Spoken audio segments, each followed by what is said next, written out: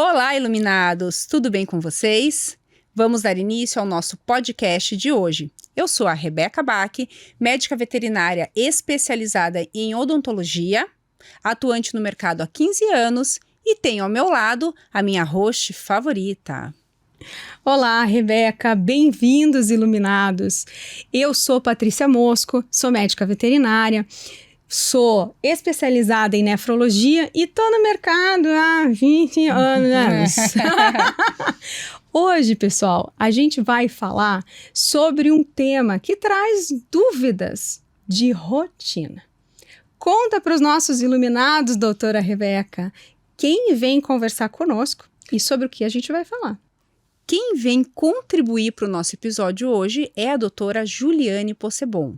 Ela é dermatologista, médica veterinária dermatologista, sócia proprietária da Dermatovet, uma clínica aqui em Curitiba especializada em atendimentos dermatológicos. E como nós sabemos que perguntas, dúvidas relacionadas à pele, a pelo, a ouvido é muito frequente, aí, a partir de vocês, nós vamos conversar com ela sobre várias dessas dúvidas, esclarecendo alguns questionamentos que são comuns.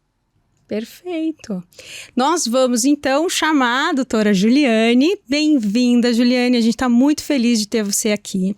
A gente realmente acredita que a sua sabedoria, a sua gentileza, a sua doçura vão iluminar os nossos ouvintes em casa. Então, se apresenta, conta um pouquinho de você. Por que você escolheu dermatologia? Obrigada, Patrícia. Obrigada, Rebeca. É muito gratificante estar aqui hoje, saber dessa iniciativa de vocês, né? Então, trazer informação valiosa para os nossos tutores, para aqueles cãezinhos que têm problemas de pele, os gatos. Então, é muito importante, né? Chegar uma informação de forma efetiva, de forma clara e trazendo com qualidade, né? Então, o meu nome é Juliane Possebon. Hoje eu atuo na área de dermatologia, também com a otologia, que são as doenças do ouvido. E também a gente, hoje, o universo da dermatologia, a gente fala que nós somos dermatologistas e alergologistas. Então, nós temos hoje, né, na medicina, o médico, né, que é o médico dermatologista, que vai cuidar das doenças de pele. Nós temos o alergologista, cuidando das doenças alérgicas, e o otorrino, cuidando da parte de ouvidos, garganta. Na veterinária, ainda nós não temos todas essas subespecialidades. E talvez porque as doenças também são muito interligadas. Então, aquele paciente que tem um problema de pele, ele tem um problema de pele alérgico. Então, o dermato, ele precisa saber, precisa ser o alergo. Ele precisa estar atuando nessa área. E assim como, por exemplo, nós temos nós humanos fazendo as doenças alérgicas com as rinites, sinusites, os cães, eles fazem muitas otites. Então, a orelha, a doença ali acometendo as otites, elas estão correlacionadas. Então, o cão que tem problema de pele vai fazer as otites de forma recorrente. Então, o dermatologista, ele vai assumir parte dessa área da otorrino dos humanos, né? Então, isso hoje é que a gente atua principalmente. E quando eu me formei, eu passei a minha residência, eu tive o prazer de estar acompanhando todas as especialidades. Então, eu tive dentro da nefro, dentro da endócrino, ortopedia e a dermatologia. E confesso que quando eu entrei na residência, eu não estava determinada o que eu queria fazer. Eu estava determinada a conhecer. E a gente tem as nossas paixões, as afinidades, né? Então, que a gente vai estudando. E eu tinha muita afinidade com essa área da dermato também. Eu tive um orientador que era da área da dermato, e eu sempre acabava estudando mais isso, né? E aí, quando eu terminei minha residência, que eu acabei entrando no mestrado, foi justamente na área da dermatologia. E aí eu via os desafios, as dificuldades que a gente tem, né? Então, a gente sempre compara muito com a nossa mãe, que é a medicina humana, né? E a gente viu os avanços, os estudos, e a gente pensava, não, tem coisas que a gente tem que melhorar na veterinária. Não pode, né? Então, a gente brinca que, na época, era aquela prescrição, somente aquele tipo de tratamento. Os medicamentos veterinários, nós não tínhamos muitos, né, no controle das doenças alérgicas. Então, ia para o humano, não tinha bons efeitos. Então, essa necessidade, né, do mercado e, assim, a prevalência da doença de pele, né? Então, isso foi que me instigou a cada vez estudar mais a área da dermatologia. Perfeito, Ju. E falando em prevalência, eu já na residência, nós partilhamos, né, da residência no mesmo local, com os mesmos professores, preceptores, e eu também tive o privilégio de acompanhar o professor Marconi. E eu era aquela cirurgiã que gostava de dermato, e as pessoas olhavam, mas como assim, né, que você gosta de dermato, sendo que você é da área cirúrgica? Mas eu, justamente porque eu acho que ter o professor Marconi ali nos ensinando, nos orientando, sempre com muita didática e com muita sabedoria. E o que a gente percebia na rotina? Que havia e há, né, na verdade, uma grande prevalência de animais com problemas dermatológicos. E dentro desse contexto, os animais alérgicos ocupam grande parte, né, desse grupo de animais que necessitam de um atendimento dermatológico especializado. Existem vários trabalhos falando, né, de prevalência de doenças no Brasil, no mundo, muito mais fora do nosso país. E tem um trabalho que eu gosto muito, que me chama muito a atenção, que eles avaliaram de maneira multicêntrica nos Estados Unidos. Então, avaliaram vários hospitais, várias clínicas, em média 30 mil cães e 15 mil gatos. E as doenças mais prevalentes, quais foram? Foi doença odontológica, que é a minha área, junto com doença dermatológica. Então, Ju, olha que privilégio, eu atuo e você atua nas áreas que mais tem prevalência de doença, né? Então, de fato, os nossos ouvintes aí, com certeza, estão com um animal com problema dermatológico, ou vão ter, ou já tiveram, porque é muito corriqueiro, é muito comum. Então, é primordial nesse contexto, nós termos médicos veterinários especializados para atender esses animais. Exatamente. E olha que interessante, né? Um pouquinho antes do nosso episódio começar, a gente estava conversando e é sabido para todos aqueles que me acompanham que eu não tenho nenhum viés para dermato. Ainda brinquei que hoje eu ficaria só de cenário aqui, né? Mas eu acho muito interessante a forma como a gente pode organizar as informações da dermatologia a ponto de alguém que não sabe nada, eu mesmo sendo médica veterinária, eu não sei nada de dermato. Imagine o tutor que está em casa, né? Então, esse tutor, ele precisa estar munido, armado de informações básicas, claras, para saber como agir e até mesmo quando chegar no dermatologista, né? Então, eu me lembro muito bem assistindo uma das aulas da Rebeca, que ela começa a dermato separando as doenças dermatológicas entre dois grandes grupos. Aquelas doenças que coçam e aquelas doenças que não coçam. Ju, você pode explicar para os nossos iluminados um pouquinho sobre isso, por favor? Sim, hoje, a grande prevalência na minha rotina acabam sendo as doenças que coçam. Então, os cães que coçam é o que mais chegam para nós, né? E por quê? Porque das doenças que coçam, se a gente tirar algumas causas como uma pulga, sarna, a maioria deles eles vão estar situados nas doenças alérgicas. E a doença alérgica, ela é crônica, né?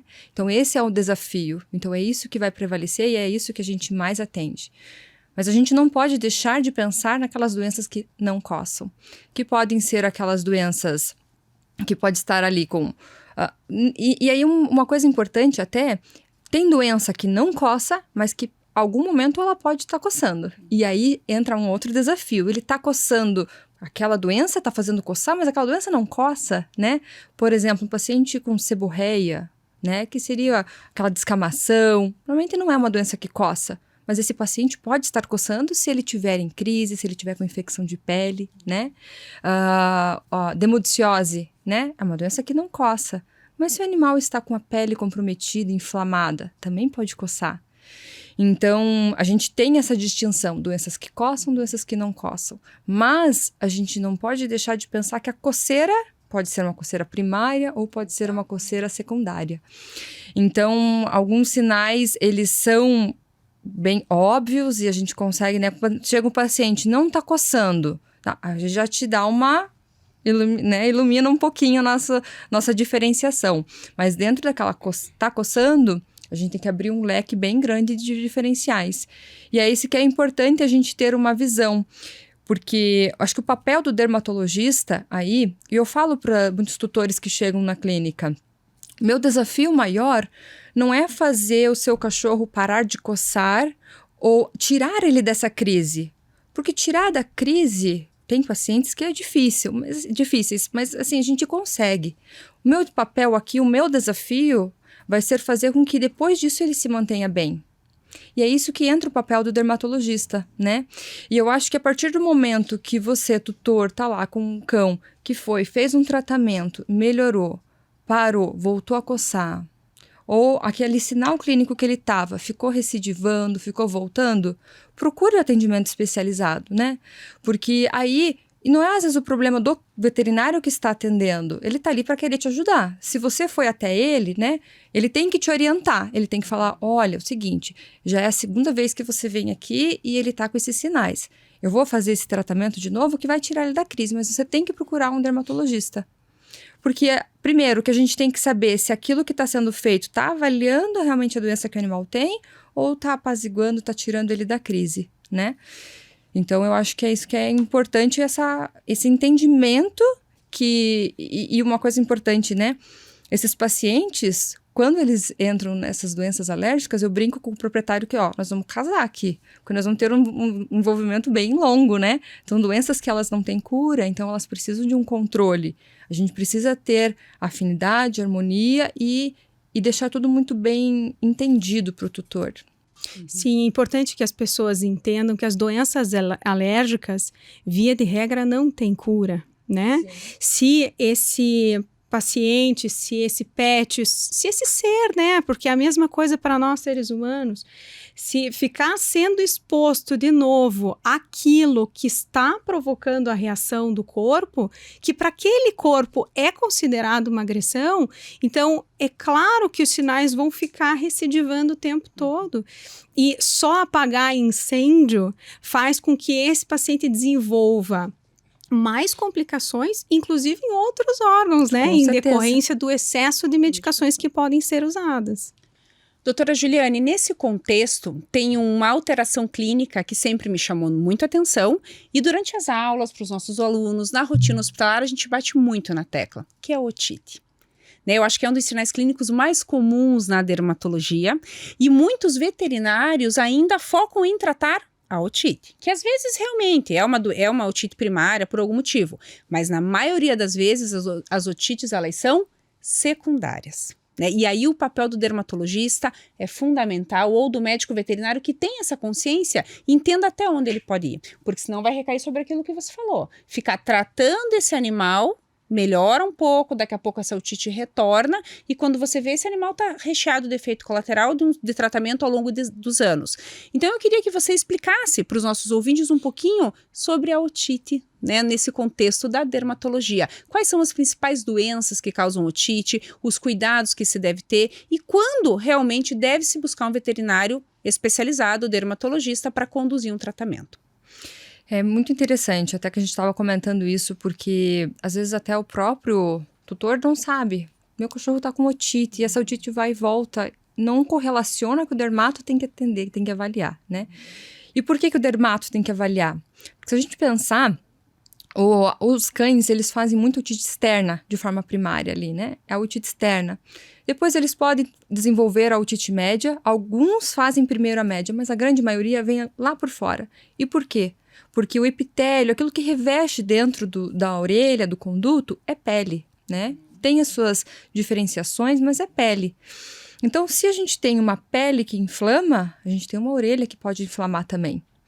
A gente tem alguns pacientes que podem apresentar simplesmente otite. Não tem nenhum outro sinal cutâneo e às vezes até por causas alérgicas, causas sistêmicas, doenças endócrinas, né?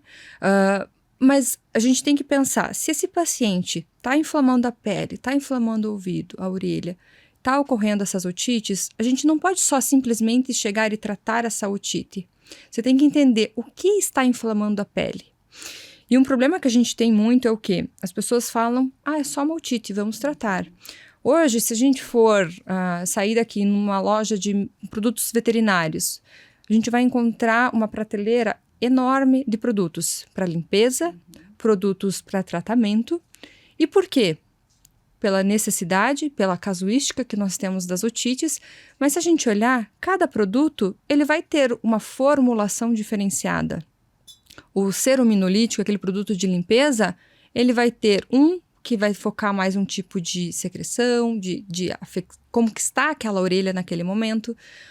Outro para outro tipo. O tratamento vai ter com um antibiótico mais potente, a gente vai ter um corticoide melhor. Então, cada produto, e eu não vou lá esse cão, acho que eu vou pegar esse. Você precisa entender o que está acontecendo nessa orelha, você precisa examinar essa orelha.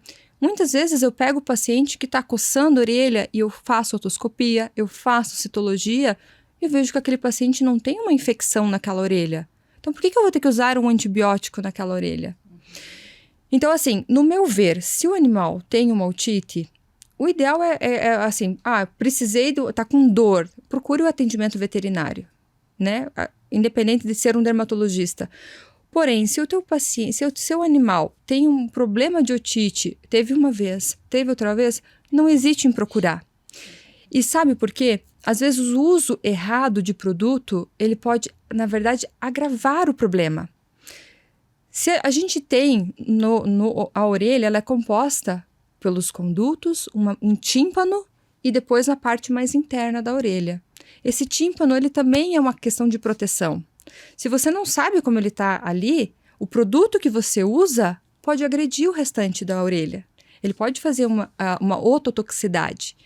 Então, usado de forma errônea, você pode agravar, você pode gerar um problema que o cão não tinha antes. Você pode deixar ele surdo, né? Então, esse cuidado que a gente tem que ter. Eu não vejo problema a pessoa que não tem o conhecimento especializado de atender um otite, mas cuide com o que você está fazendo. Procure sempre, eu acho que assim, de maneira geral, a gente tem que procurar o especialista mesmo. E se uma otite não é bem controlada, quando ela está ali no comecinho, é só uma otite, ela gera problemas maiores. Eu pego cães lá na clínica que já vão há muitos anos com otite, que às vezes eu não tenho mais como salvar aquela orelha, que já está totalmente fechado, que a gente tenta, a gente busca, mas se eu talvez tivesse procurado lá atrás, porque eu não ia avaliar só a orelha. Eu ia avaliar, será que além da orelha tem uma dermatite atópica, tem uma alergia alimentar, será que é um problema primário dessa orelha? E aí sim, eu controlando a doença de base desse meu paciente, eu consigo controlar a otite dele. Então a gente procura para evitar realmente esses agravamentos das orelhas, né?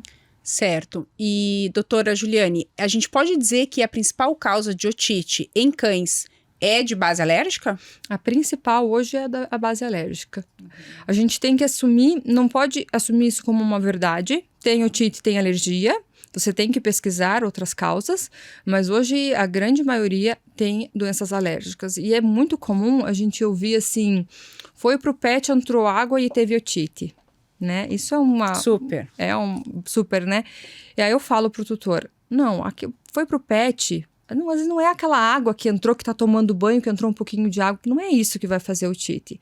Às vezes, o banho no pet, será que não tinha nada ali, arrancou o pelo que estava naquela orelha, uma orelha saudável? Jo, eu ia te perguntar isso, né? Porque muitas das dúvidas dos nossos ouvintes eu devo limpar o ouvido do meu cão em casa? Qual é a frequência que, se eu optar por fazer, eu devo fazer?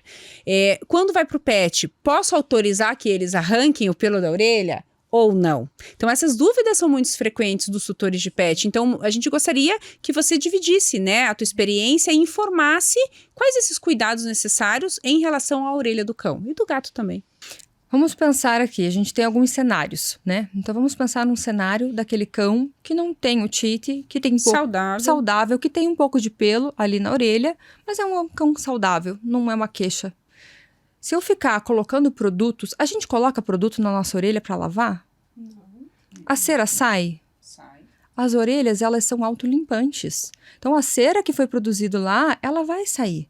Então, se é uma orelha saudável, a cera que está ali, ela vai sair. E a cera, ela tem uma composição que ela vai ajudar, ela vai ter os seus benefícios para a saúde da orelha.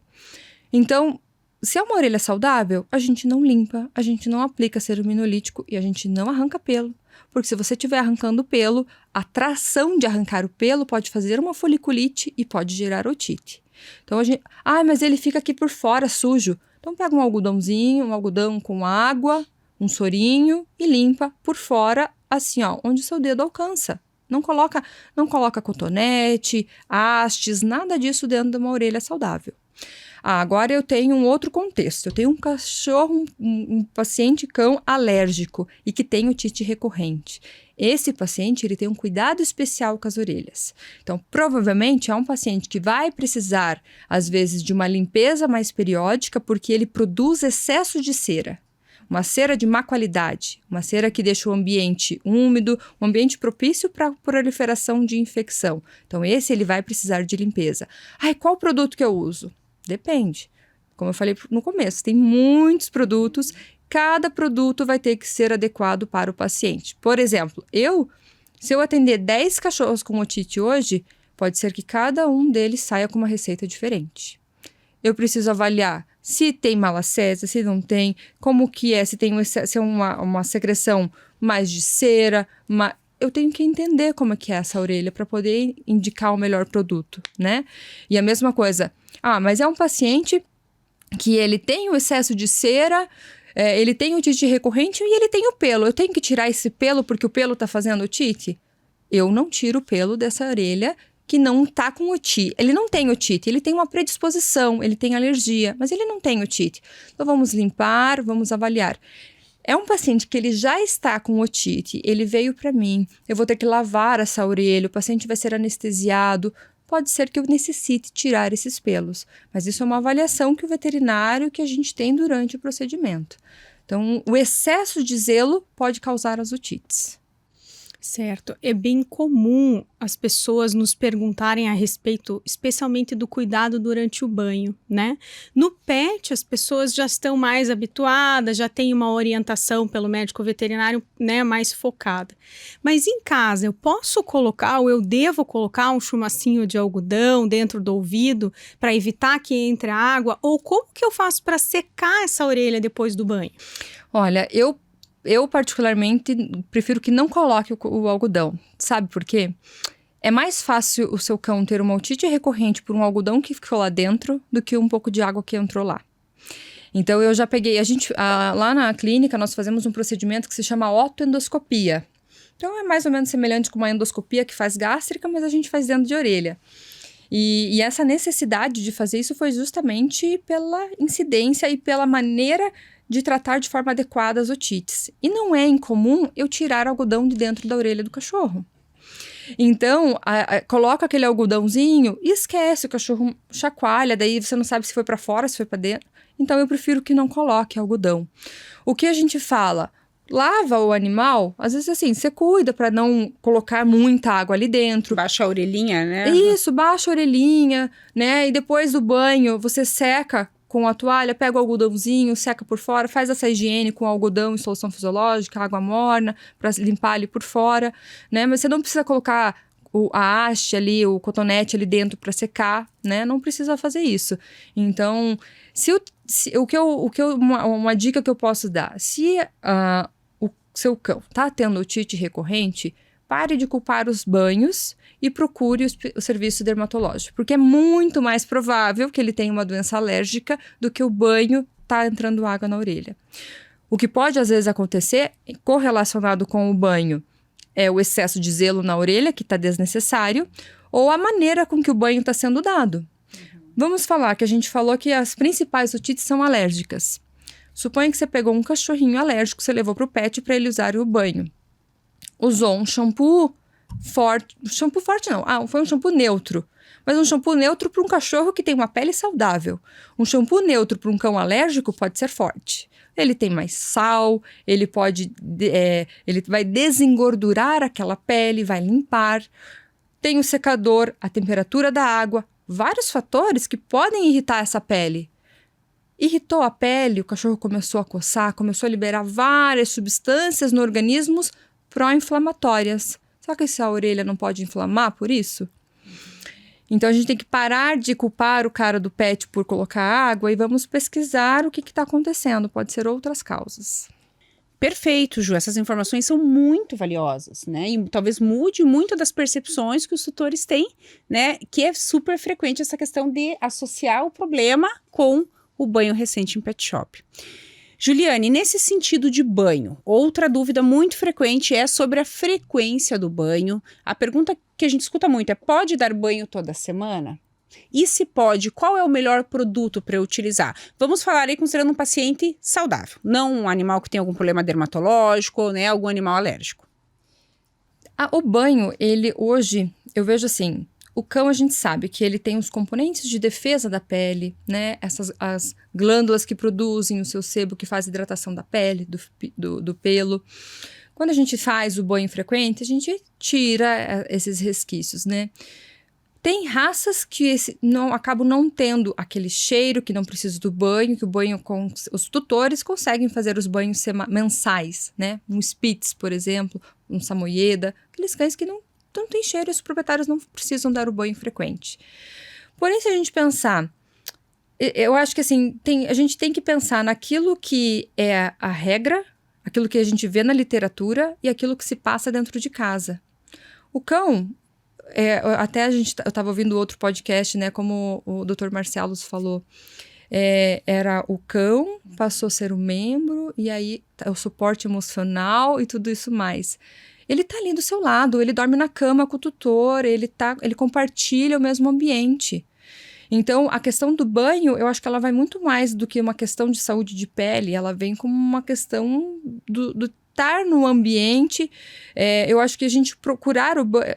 Pode dar o banho semanalmente, mas vamos procurar dar o banho que a gente faça uma menor agressão daquela pele, mantendo mais o pH daquela pele, com menos agressão, mesmo uma pele saudável, né?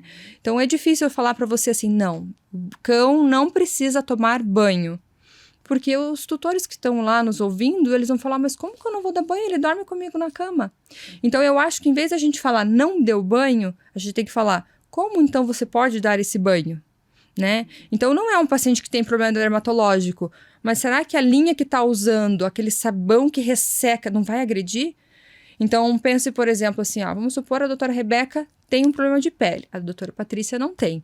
Vamos pegar e vamos comprar um sabonete bom, as duas vão ficar bem com esse sabonete. Agora vamos comprar um sabonete que resseca bem, mesmo você que não tem o problema de pele, a tua pele vai falar, nossa, isso está ressecando, ela vai começar a coçar, ela vai sentir. Então, aquele cão não tem o problema de pele, mas vamos usar linhas mais hidratantes, linhas mais profissionais para poder manter a saúde da pele e do pelo. É o meu conceito, né? Perfeito.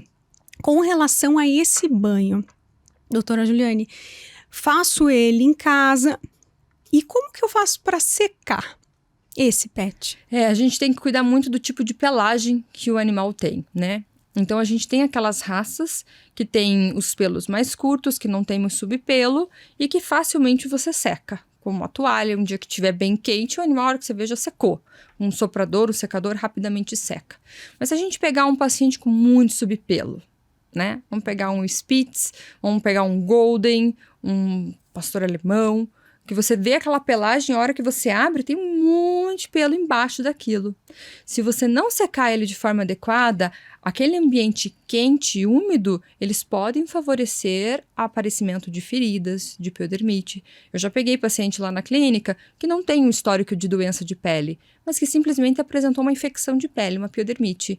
E aí a gente, na anamnese, na conversa, a gente, foi banho, não foi bem... Então, às vezes o banho não secou de forma adequada, aquele ambiente ficou propício para aparecimento. Então, é importante a gente secar com toalha para tirar o excesso da água, mas tem que secar com secador. Então, esses cães eu acabo recomendando normalmente fazer o uso com um profissional, porque eles têm a técnica, eles têm os aparelhos, o soprador, o secador, eles sabem como fazer a secagem adequada. Não é só o banho que interfere, é a maneira com que seca também, né? Perfeito. Rê, me lembrei só de mais uma coisa que vou aproveitar o gancho aqui. E gato não toma banho? Gato não toma banho. Isso é uma coisa que até a gente estava conversando essa semana lá na clínica. O gato, ele tem, da sua natureza, né, a sua autolimpeza, né? Então, o gato se limpa, né? A grande maioria dos gatos. E tá na natureza dele a limpeza. A gente dá banho em gatos? A gente dá banho em gatos principalmente quando faz parte de um tratamento de uma doença de pele ou quando eventualmente, um exemplo meu, um dia minha gata se meteu no meio do motor do carro, a hora que eu tirei ela estava toda suja de graxa. Eu tive que colocar ela no banho para dar um banho nela. Foi a única vez que ela tomou banho, né? E ela se limpa, né? Então, o problema é assim... E o problema, tem gato, alguns raros gatos que gostam de banho. Que o proprietário fala, nossa, ele fica quietinho e na hora que eu vou secar ele não tem problema. Mas a grande maioria, eles não gostam. Quer ver na hora que você liga o secador. Para eles aquilo é um horror. E aí você não vai secar direito. E aí, se não secou direito, começam os problemas. O gato tem uma predisposição para as dermatofitoses, que são as doenças fúngicas. Então, a gente vai lavar, tem que secar bem, tem que deixar bem seco, né? Então, normalmente, a gente não aconselha o banho nos gatos. Certo. E dentre as doenças alérgicas que conversamos aqui, que de fato são as mais comuns, Ju, explica para os nossos ouvintes quais são as doenças alérgicas mais comuns. Hoje, dentro da doença alérgica mais comum, a gente tem a dermatite atópica, tá? Então, até a dermatite atópica, ela é uma doença que o animal, o cãozinho, nasceu com ele tem a genética da dermatite atópica. Ao longo do tempo, ele vai apresentar os sinais clínicos entre mais ou menos 6 meses a 3 anos, principalmente a partir de 1 ano, né? Porém, a dermatite atópica hoje é uma doença das coisas que a gente mais estuda. Foi do meu mestrado, foi do meu doutorado, e cada vez a gente vê mais artigos.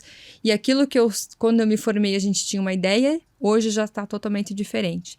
Então, a gente vê que talvez ela esteja muito mais coisas envolvidas.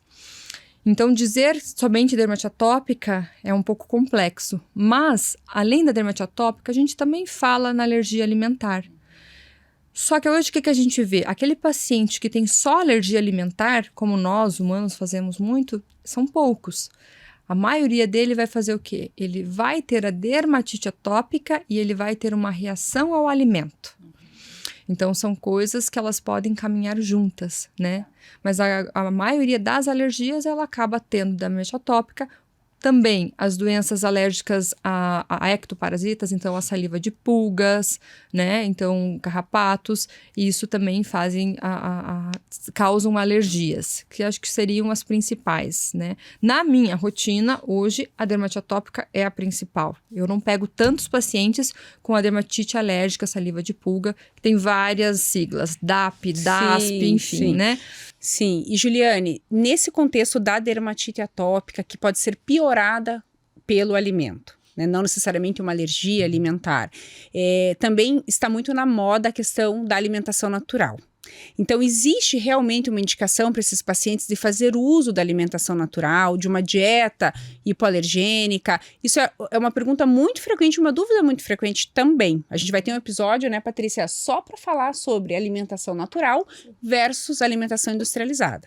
Então, nesse contexto de alergia de pele, os cães podem, às vezes, receber uma prescrição, uma indicação de fazer uso de alimentação natural? Sim, Então, assim, ó, a alergia, o que a gente tem visto hoje? Antigamente, a gente tinha, até recente eu fiz uma palestra sobre parte de hipersensibilidade alimentar.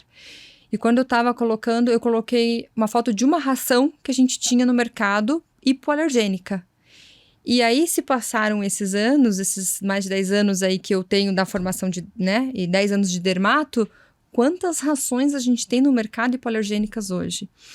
E o porquê disso, né? É porque a gente tem visto a necessidade. Então, é importante. E sabe por quê? Porque quando a dermatite atópica é uma doença complexa e difícil de controle. E que se a gente deixa escapar alguma coisa, a gente não consegue controlar aquele paciente. E o alimento, ele pode ser algo que esteja desencadeando. Então, é importante que a gente investigue de forma adequada. E como que a gente vai fazer isso? São com dietas hipoalergênicas, dietas de eliminação. Existem as rações hoje no mercado para isso e existem dietas naturais. O que é importante? Uma ou outra que eu vou escolher. Primeira coisa que eu tenho que saber, qual é o alimento, o que esse meu paciente precisa? Ele já comeu todas as fontes proteicas. Então, eu tenho que ir para uma dieta natural, eu tenho que fazer ele comer que tipo de proteína que eu vou ter que utilizar para adequar para ele. Esse tutor, ele está disposto a fazer dieta natural? Como que é a vida dele? Então, tem vários padrões que eu tenho que decidir na hora de prescrever. Porque não adianta eu, como veterinária, fazer a prescrição para o tutor e falar, ó, tá aqui, é isso que você tem que fazer e se vira que é isso que eu quero. Só que daí ele não vai conseguir E eu não na vou... dependência da rotina, do estilo de vida, executar isso. Exato. E quem vai sofrer é o animal que não vai receber o tratamento mais adequado. Então, assim, eu particularmente adoro dieta natural. Meu doutorado, a gente fazia dieta natural e eu via a melhora desses pacientes. Então, quando eu vejo que o proprietário tem uma afinidade, que ele tem engajamento, ele quer fazer, eu encorajo. Eu dou suporte, eu encaminho para um especialista, nutricionista, que vai me ajudar. E é isso que a gente vai caminhando juntos. Mas se eu vejo que é um tutor que ele não tem condições ou tempo, ou não gosta... A gente tem hoje aqueles tutores também vegetarianos, veganos, que se negam a ter a carne na dieta, né? Então, são vários obstáculos que a gente tem no nosso dia a dia hoje. E a gente tem hoje a nossa grande gama de rações e que nos ajudam em muitos momentos. E eu tenho paciente que não ficou bem com dieta natural e ficou bem com ração, que não está bem com a ração e está bem com a dieta natural. Então, a dieta natural é sim uma opção, desde que ela saiba ser indicada. Então, não adianta falar para o tutor, para de dar o frango, vamos ver se melhora. Uma coisa que eu gosto de falar sobre dieta é que não é fácil fazer dieta de eliminação. Então, vocês que já fizeram dieta de eliminação, o tutor que está lá em casa, que já ouviu, que tem horror a essa palavra porque sofreu, sabe que não é fácil. Então, eu falo para eles, a gente não vai brincar de fazer. Quando a gente for fazer, a gente vai fazer bem feito. Então, a gente vai pesquisar qual proteína que eu vou usar, qual carboidrato que eu vou usar e eu vou te indicar aquele. E quando você for fazer, vai ser eliminação. Você vai tirar tudo que ele come e você vai fazer somente isso que eu estou te indicando. Porque aí a gente vai realmente conseguir avaliar. Então, são desafios que a gente tem, mas ainda bem que a gente tem os nossos estudos. Hoje a gente tem realizado testes alérgicos que nos ajudam a auxiliar a escolher esse alimento, né? Não são diagnósticos, mas eles nos ajudam a escolher, que foi o que eu fiz no meu doutorado. Então, coisas que nos facilitam e que aí a gente conseguiu ver a importância do alimento. Uhum. Juliane, dentro desse contexto de alergias, já que durante toda a nossa conversa, né, a gente vem mostrando para os nossos ouvintes que as alergias são enfermidades dermatológicas frequentes, que a gente realmente está encontrando no nosso dia a dia casos cada vez mais desafiadores, né? Com quais sinais esse tutor que está lá em casa tem que acender a luzinha vermelha e dizer, opa, pode ser que o meu pet tenha um quadro alérgico. A gente falou da otite, a otite que volta. Mas quais são outros sinais que esses animais apresentam? Ótima pergunta, Patrícia. Como você falou, a otite pode ser um sinal e é importante que ela seja vista, que às vezes ela pode ser um sinal único. Tem cachorro que tem alergia alimentar, dermatite atópica induzida por alimento, que só tem otite recorrente. Então, a otite, mas qual que é o principal sinal clínico que os cães apresentam? É a coceira, né? E é uma coceira que às vezes os tutores falam assim, nossa, mas eu abro aqui o pelo e não vejo nada na pele. Ele coça e não tem nada. Às vezes vai ter uma ferida, vai fazer queda de pelo, vai ficar vermelho, mas é induzido, portanto, aquele animal coçar. E aonde que esses animais normalmente coçam? Primeira coisa, é patas. Eles lambem patas. Então, comumente a gente vê o proprietário, ele lambe pata, mas é porque ele é ansioso. Então, pode ser a ansiedade fazendo ele lamber pata? Alguns cães podem, mas normalmente ele tem um envolvimento além da ansiedade. E por que ele não pode ser ansioso e ele ter dermatite atópica e a dermatite atópica fazer ele ser mais ansioso, né? Então, a lamber patas, e às vezes eu falo com proprietários, com os tutores assim, mas ele nunca teve nenhum sinal de pele. Não, mas ele não lambia pata? Lamber pata ele lambe desde sempre. E é uma coisa que às vezes eles não notam isso como um sinal clínico. Arrastar o bumbum no chão, coçar a região perianal.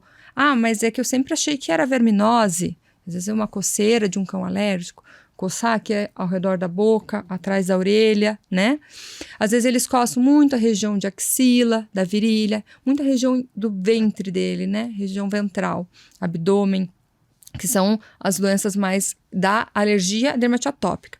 Pacientes que vão ter alergia à saliva de pulgas, que a gente já falou que também é uma doença alérgica importante, eles tendem a coçar muito ali na região dorsal, próxima à cauda, que a gente chama de lombosacra. Então, eles coçam muito ali, eles acabam fazendo até falhas na pelagem. E uma coisa importante, até trazendo para a Rebeca, eles acabam tendo desgaste dentário, de tanto que eles se coçam nessa região. Eles mordiscam, né, Ju? Uhum. Eles mordiscam o dorso, mordiscam o pelo, pelo e isso vai desgastando os dentes. É bem frequente a gente ter esses dois sinais presentes.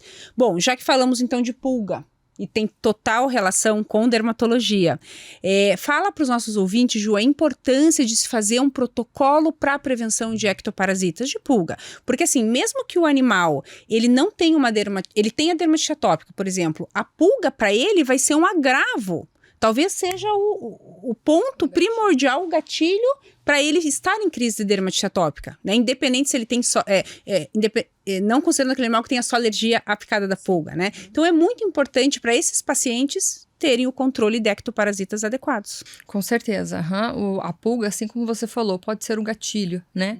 E uma coisa que a gente tem que pensar, aquele cão que ele é alérgico, o principal sinal é o quê? A coceira que a gente falou. Então, um animal que coça muito, que mordisca, às vezes você não vê pulga naquele animal. Às vezes a pulga veio, o paciente estava passeando no parque, né?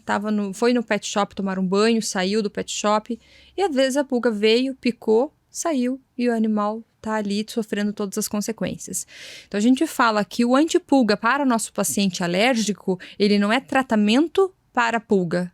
Ele é profilático. Então, você faz para evitar que esse animal tenha contato contínuo com a pulga e que acabe tendo as crises. Então, ele deve ser feito de forma periódica, tá? E aí, a frequência vai depender do produto que foi adotado. Se ele é mensalmente, a cada 12 semanas, a cada 8 meses, depende do produto que ele está utilizando.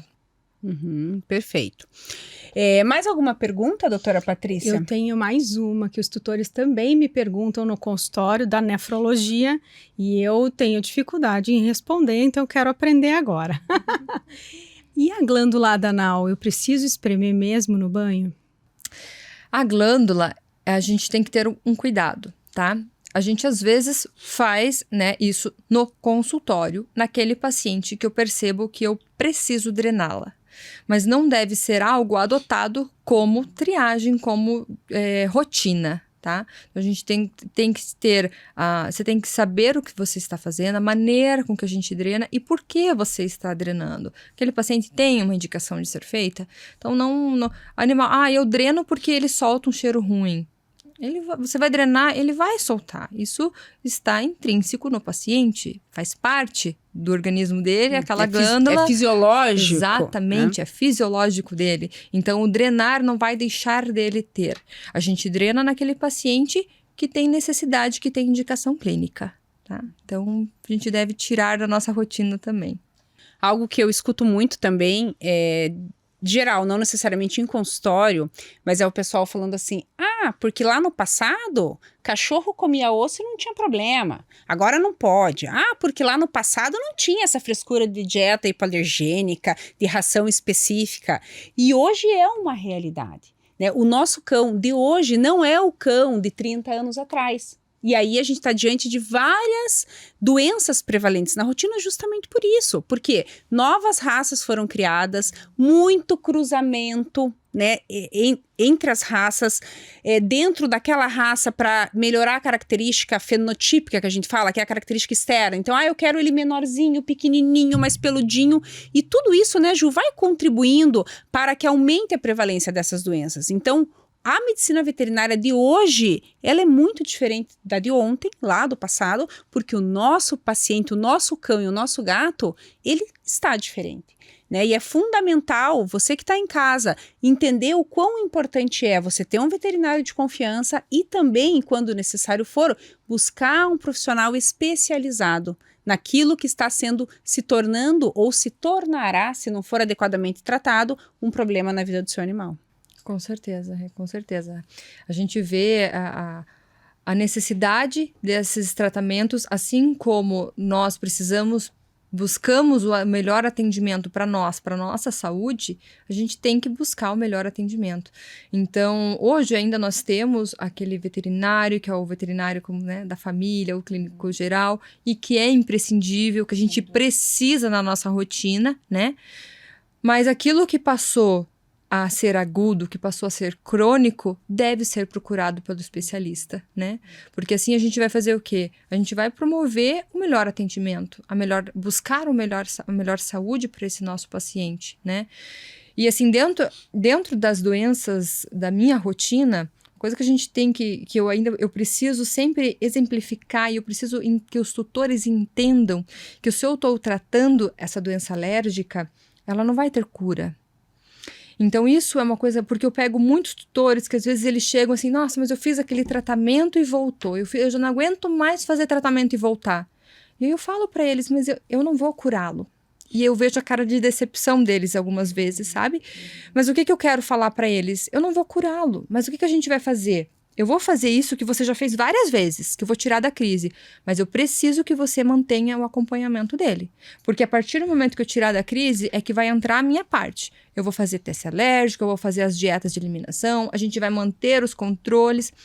Ontem mesmo eu estava com um paciente que faz a dieta de eliminação, e já estava controlada, e ela voltou, ai, doutora, eu já não sei mais o que eu faço, porque, olha, ela ficou muito melhor depois, mas agora já começou a coçar um pouco de novo, e aí a gente sentou e começou a pensar em todas as outras possibilidades, falamos sobre imunoterapia, outros tratamentos, e aí no finalzinho a gente foi fazer um checklist das coisas que ela teria que fazer. Então a dieta, doutora, essa aqui que eu tenho que manter a ração, né? Opa, peraí, não é essa ração que você estava comendo, que ele estava comendo lá atrás. Então, não é esse pacote. É da mesma marca, mas não é essa ração que você tem que dar. Então, às vezes, tem coisas que nos fazem fugir, e que estava lá um paciente que já vinha acompanhado, já vinha estabilizado, e que uma hora ele vai entrar em crise, ele vai desestabilizar. E é importante que tenha esse acompanhamento. Como eu já acompanhava ele, eu já sabia, então volta para essa outra ração, vamos fazer isso, vamos fazer aquilo. Mas é um tutor que ele sabe que o animal dele vai ter a doença crônica, e a gente precisa fazer que ele entenda isso. Ju, essa tua fala eu considero talvez como um dos pontos mais importantes da nossa conversa, porque a gente percebe, como especialista em outras áreas, esse desestímulo do tutor. Eu não aguento mais tratar, eu não aguento mais gastar. Os tratamentos dermatológicos são muitas vezes caros, né? Então acho que fique como um recado para vocês aí, pessoal. Infelizmente, muitos dos problemas dermatológicos, eles são crônicos, e eles vão exigir, sim, um acompanhamento de um especialista, de um dermatologista pela vida inteira do animal, e com momentos de desequilíbrio, com momentos de estabilidade. Eu tive uma cachorra que tinha dermatite atópica, né? E foi uma vida inteira, 16 anos e meio dela, um pouquinho mais, porque descobriu mais tarde, né? De a gente fazendo manejo, e mesmo eu sendo veterinária, eu também me cansava. Né? Tinha horas que eu falava, ai meu Deus, tudo de novo, entrou, fez piodermite secundária de novo, e vamos lá. Então, pessoal, vocês precisam ter essa consciência da importância que quanto melhor for o profissional que acompanhar o seu animal, menores serão as recaídas, as pioras, e mais estável ele vai ficar ao longo de uma vida. Juliane, a gente gosta no final de todos os episódios repetir os pontos principais. Então, quero te pedir ajuda. Vamos lá tentar repetir cada um dos pontos? Primeiro deles, doenças coçam e não coçam, e aquelas que coçam, existem alguns motivos para isso, que podem ser ectoparasitas, que podem ser contaminação, mas essencialmente uma preocupação, as doenças alérgicas como causa de fundo. Perfeito. Segundo ponto, otite, ouvido, é extensão da pele. Então, uma vez que esse paciente apresentou otite, 1, 2, não espere a terceira. Vá em busca da causa para evitar que esse paciente venha sofrer consequências, não só pelo uso excessivo de medicamentos, que, como você bem disse, também podem prejudicar se orientados de forma equivocada, mas que a própria otite pode levar a consequências graves e perda desse ouvido. Mas um fator também importante, Patrícia, é que se o seu animal teve uma otite, mas ele também é aquele paciente que tem otite, você vê coçando, otite e lambe-patas, não espere a segunda otite, já leve procurando especialista, porque pode ser que ele também nunca mais tenha uma outra otite, mas ele provavelmente precisa de um acompanhamento ali pelos outros sinais que ele já apresenta. Perfeito. Então, lambedura de patas é um sinal que pode não estar atrelado à ansiedade, à falta de ter o que fazer, ou falta do tutor, saudades, pode ser um sinal de doença dermatológica. Muito importante isso também. Outro ponto importante de revisão: podemos dar banho todas as semanas? Podemos, desde que seja feito de forma adequada, com um produto que não agrida a pele, que seja neutro, que de repente seja hidratante, um produto de qualidade, e que também a secagem seja feita de forma adequada, especialmente naqueles animais que têm pelo e que a gente chama de subpelo, né? Muito pelo, o Spitz, o pastor alemão, samoyeda, golden, husky, né? Cuidado com o ouvido não significa impedir que a água entre ou usar tampões ou algodão para evitar essa umidade. Cuidado com o ouvido é limpar a área externa com cuidado, evitar produtos desnecessários e não usar os tampões com algodão. E a glândula não há necessidade de espremer, a não ser que haja uma indicação específica para isso. Será que falamos tudo? Eu acho que sim, Ju. Quer complementar com mais alguma informação? Eu acho que essas são as dúvidas, né, que vocês trouxeram, que a gente tentou debater, né, e eu acho que é isso que nem você falou, a principal mensagem é essa, né, que a dermatologia, e uma coisa que você até comentou, né, Rebeca, que a nossa especialidade são as primeiras, né, mas uma coisa que eu acho que contribui para isso também é porque os dentes e a pele é aquilo que os nossos tutores veem, né, então se você está vendo, a nossa função é estar ali contribuindo, porque isso gera desconforto, isso gera angústias para os tutores, né? Então a gente tem que procurar estar ali para ajudar. Não é incomum eu escutar os tutores falando: eu não consigo dormir à noite porque ele se coça a noite inteira, né? Então a gente tem que buscar realmente dar qualidade de vida para esses pacientes e para esses tutores que estão ali fazendo de tudo que eles podem para o melhor deles, né? Lembrei de mais uma coisa importante, meninas. A automedicação, que no caso não é a automedicação, porque não é para si, mas a medicação sem uma assistência veterinária para o animal, porque você chega, como você falou, num pet shop, numa farmácia veterinária, e você consegue comprar antibiótico, consegue comprar anti-inflamatório, e aí para pele o que funciona muito bem, né, Ju, são os corticoides, e trazem consigo inúmeros efeitos colaterais. O uso de antibióticos indiscriminado hoje é uma preocupação mundial de saúde pública, porque usar antibióticos, seja na orelha, ou seja por via oral, ou seja tópico mesmo, passando no corpo, isso pode ser muito maléfico, induzir a disseminação de bactérias resistentes. Então, pessoal, não façam uma medicação por conta nos seus animais. Isso pode ser muito danoso para ele, a ponto de quando for num veterinário não ter mais muito recurso terapêutico, ou até mesmo esse animal já ter efeitos colaterais do uso indiscriminado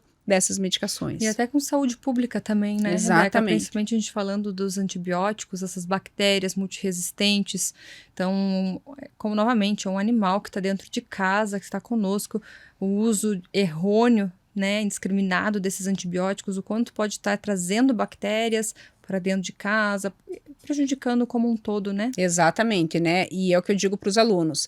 Terão momentos que nós estaremos hospitalizados, ou então entes queridos nossos estarão hospitalizados e estarão diante de uma bactéria multiresistente, que a gente escuta tanto falar isso e ouvimos falar muito isso em tempos de Covid, tinha muita gente hospitalizada, né? Então, se a gente queima cartucho, que é o que a gente fala, usa antibiótico indiscriminadamente, muito perto vai chegar o dia que nós estaremos lá, nossos entes queridos estarão lá e não teremos antibiótico para combater determinadas infecções. Então, pessoal, sempre sob o auxílio e sob a orientação de um médico veterinário, mesmo nessas doenças crônicas que muitas vezes desanimam, desestimulam, de novo não, mas é assim, né? Faz parte. Doutora Juliane, muito obrigada. A gente percebeu aqui facilmente que nós teríamos pauta para conversar facilmente mais uma hora. Sem dúvida. Né? Mas, infelizmente, a gente precisa encerrar. E a gente quer encerrar agradecendo o teu aceite, a tua disposição, como eu disse no início, a tua doçura, a tua forma simples e carinhosa de passar a informação, que é justamente aquilo que a gente acredita. Passar a melhor informação com carinho, com amor, para que as pessoas realmente possam fazer uso dela da melhor forma. Muito obrigada. Nossa, eu agradeço realmente esse trabalho de vocês, essa iniciativa é muito legal, vai trazer muita informação importante, né, o que a gente pode contribuir e trazer, e que para nós, eu dentro da área da dermato, que às vezes parece ser informações tão simples, fazem diferença realmente. Às vezes é uma otite que não está sendo controlada porque está arrancando pelo que não devia, né?